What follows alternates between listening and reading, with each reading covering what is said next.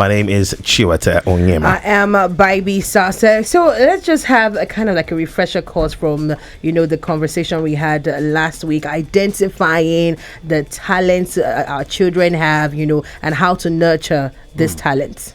Yeah.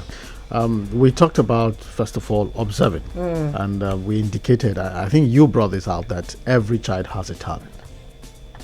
You remember? Right. And it doesn't matter how sublime and how inconsequential you think it is. It can take that child far if you nurture it. That's true. And we also talked about the fact that not all talents are within the realm of performance. Okay. There are talents that are not really the type that like the ability to sing, dance, act, play football, soccer, whatever it is. There are children who are empathetic, and that alone is talent in itself. If developed. There are kids who are hospitable. Some children they have this strong sense of intuition. They can tell you this person is coming today, and behold, the person is there. Those are all talents. And no matter what the talent is, it can sustain this child for life if you tap into it. And I mean it. I'm talking about parents who always ask this question: how can this put food on your table? The truth is, whatever you support the child to do, the child will go far. Okay. If your child is funny and you push, or rather you motivate and encourage the child to become a comedian, the child will go far. It's about the support you provide. So parental support is important. Of course, you can't support what you don't know, which takes us back to identifying, spotting the talent, and then creating that enabling environment for that talent to breathe. Is it brief? Yes. Brief. Don't choke it. Don't choke it at all. What's the responsibility of schools now? Oh no. Oh yes.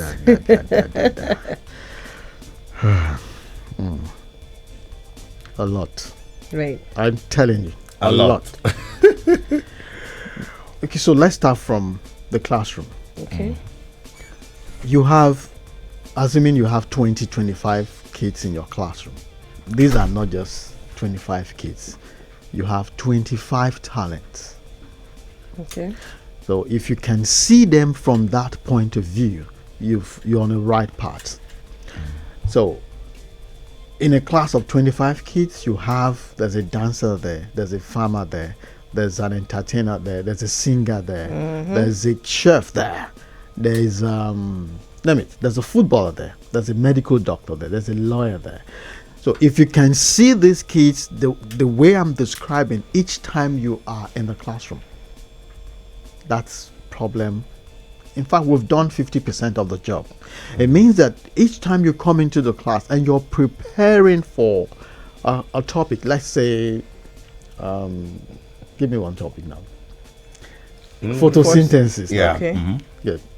You're coming to teach the doctor, The farmer. The singer. the singer, the dancer, the lawyer, all of them in that class. So how do you connect with all of these guys in one classroom? It means you are not going to be dogmatic. You're not going to be, uninteresting. You must try to be as creative as possible. Animated. That's the word. You have to animate the classroom, Okay. electrify the whole place, and which is what teaching actually does. Because a teacher does three things mainly. The first thing is you develop the concept. Okay. 2, you establish the learning environment. 3, you make the connection. So every topic is first and foremost concepts, abstraction. Now you come into the classroom, you create that environment where everybody can learn, irrespective of who they are. The boxer is there, the footballer is there, the chef is there, the lawyer is there, the actor. They are all in front of you. So once you animate that class, and then you also have the melancholic and the phlegmatic who is never interested. Listen to anyone You get or it? anything. But all of them, the moment you animate the class, they all get interested. And then making the connection. What is this connection about? Now, Chimate, when a teacher, a very good teacher, is teaching, and like Baby said, when you animate the class, they start to think, they start to visualize, they start to dream, they start to fantasize. That is where the connection starts to happen. Okay. So the next thing is, photosynthesis. Really?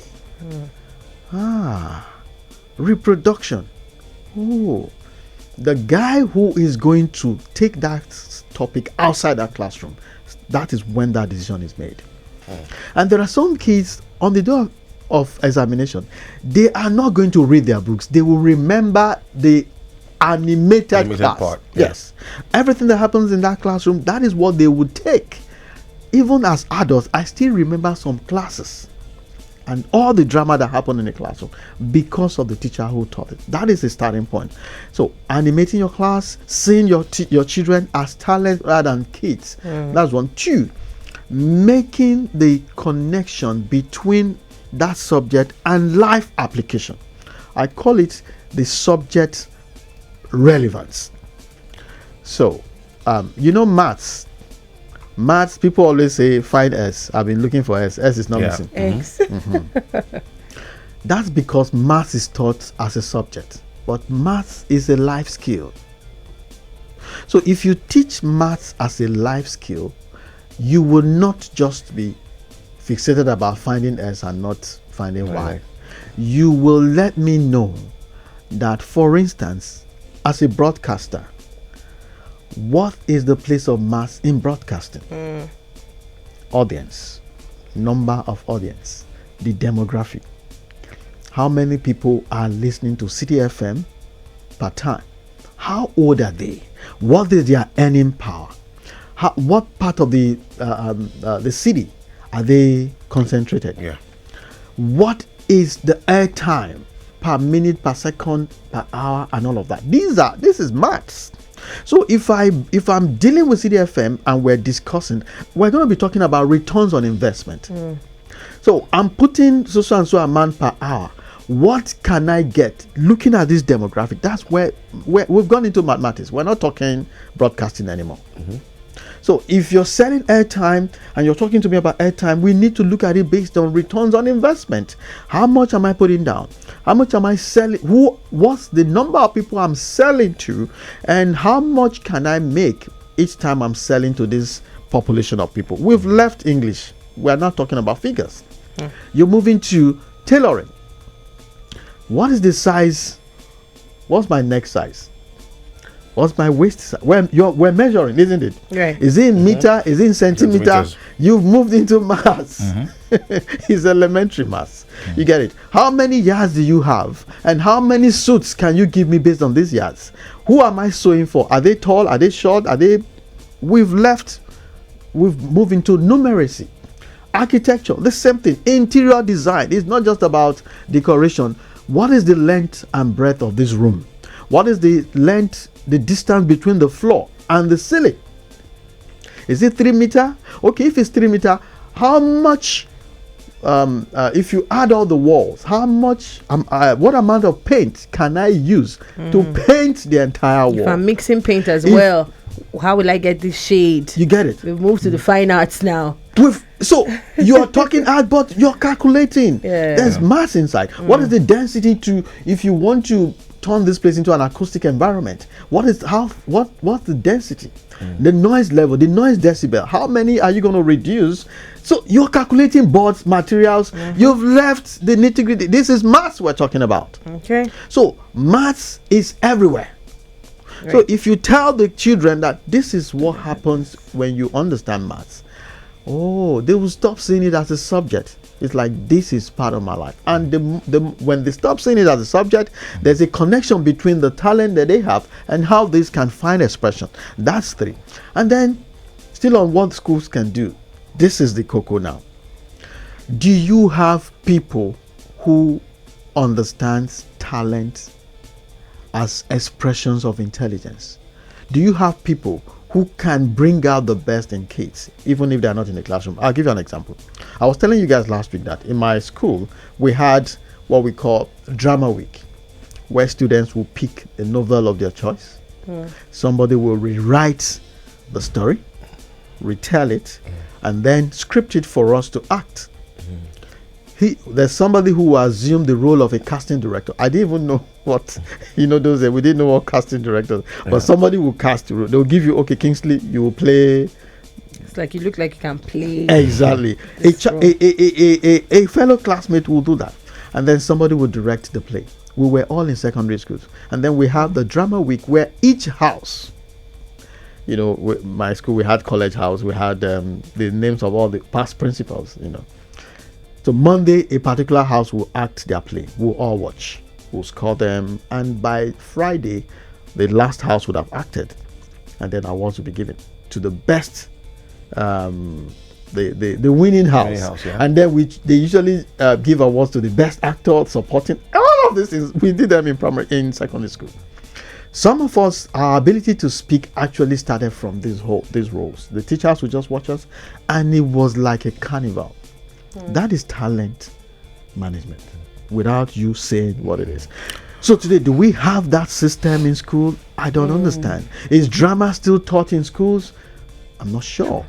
How many schools? Extracurricular. Some don't even have it. At all. It's not. It doesn't happen. Do we have teams? Do we have schools with a football team, with a basketball team, with a handball team, with an athletics club? Volleyball. I love playing volleyball. Okay, it is still Parenting Today on your number one lifestyle station. We have our life coach, teens life coach, and parenting counselor, Kingsley Obam Egbulem. Uncle Kingsley in the studio, just enlightening us on how we can better nurture, manage, and bring out the talent in our children. So just in that, in that regard, you said there is no talent that is little or is infinitesimal. Minuscule. But then again, what if you have a lot of children, or probably you have like 3 children, and one is demonstrating talent and is quite vivid, and you're putting so much attention on that child? How do you ensure that parents don't leave out the other children and they don't feel neglected? Because sometimes it can happen. Yeah, it can. Much attention, love, passion, is given to this child. That's why you need to observe all of them and ensure that everybody is you are unleashing the talent they all have. Like we kind of emphasize this, there's no child that is not gifted. Every child is born with a gift. Actually, every child has some genius in them. You only need to create that environment for that gift to find expression. So if one child is really the performing very talent, expressive, let the others know that there's something you've got too. And some can actually be inspired by that same child who is perhaps the first child. I was reading the story of this Nigerian female wrestler. Okun Yoruba one, yeah? Yeah, that dances. Okunaya, the dances, yes, her name is Okunaya something. She has a younger sister who is Esther. Okay. And the girl is tall, and she wanted to play basketball. She actually wanted to encourage the girl to play basketball. All right. But come on, she's a wrestler too. So both of them are wrestling. And the younger sister said the elder sister actually inspired her. Meanwhile, the elder sister wanted her to play basketball. So sometimes our older ones can actually be that beacon, and we just follow.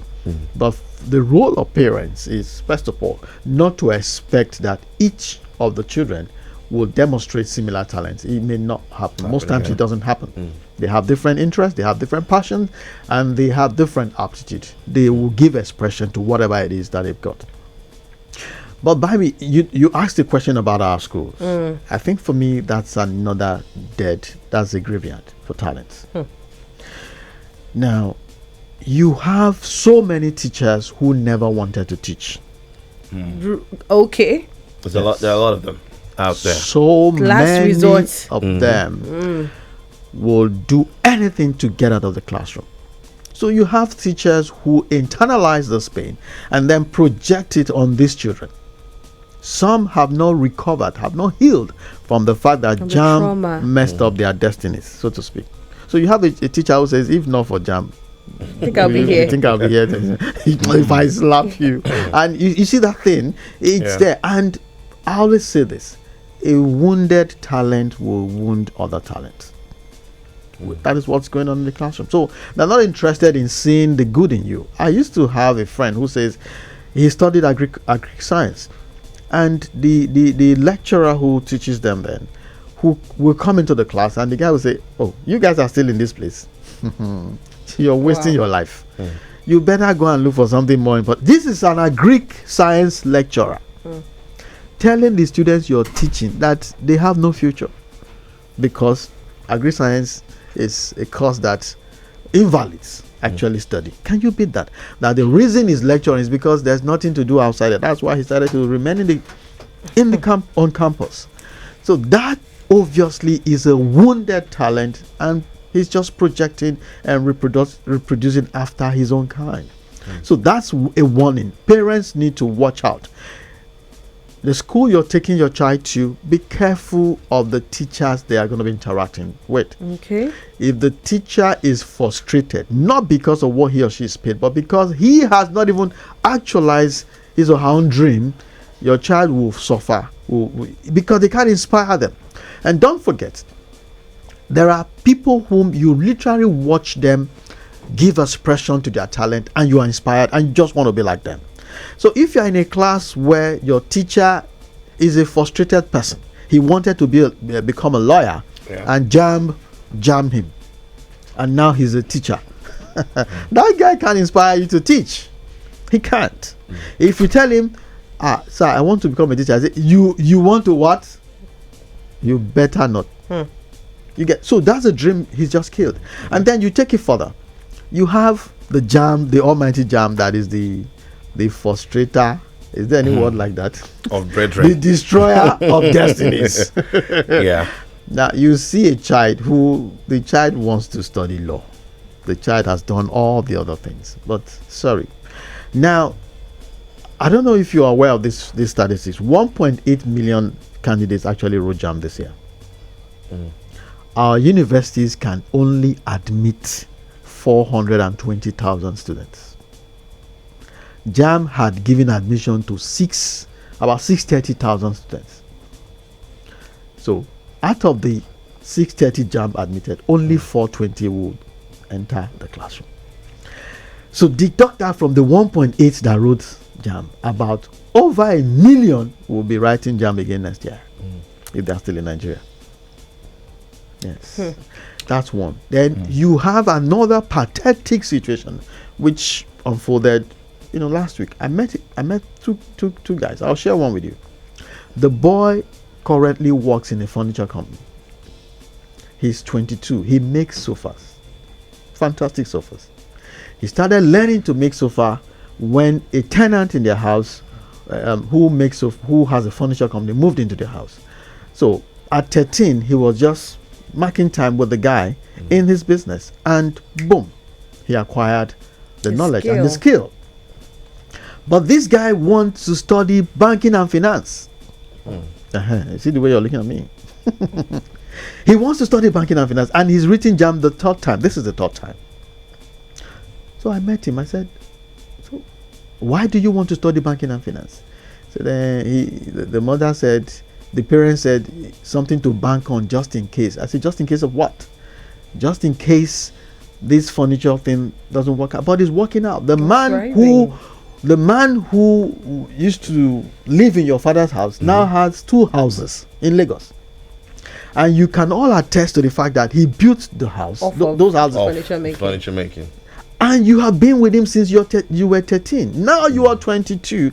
You already have 10 years experience working as a sofa maker. You can make furniture. What else do you want to study banking and finance for?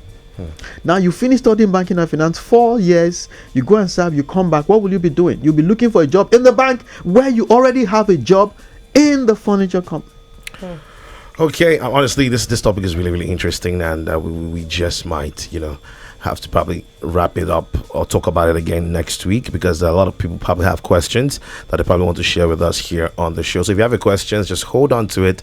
Next week on Parenting Today, we're going to be opening the phone lines for you to call, and also you can send us messages to ask your questions. But thank you so much, Uncle Kingsley, for coming through. And they can on also Parenting share, Today. if they want to share them now before Friday, next Wednesday, they can follow Yes, me. they can. They can Yes. follow Uncle Kingsley at Uncle Kingsley on Instagram.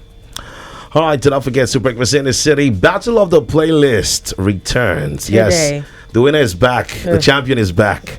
That's me, Chiwetel Onyema, and I intend to retain this title. It's not going anywhere. The champion. The champion. Glory, Rob.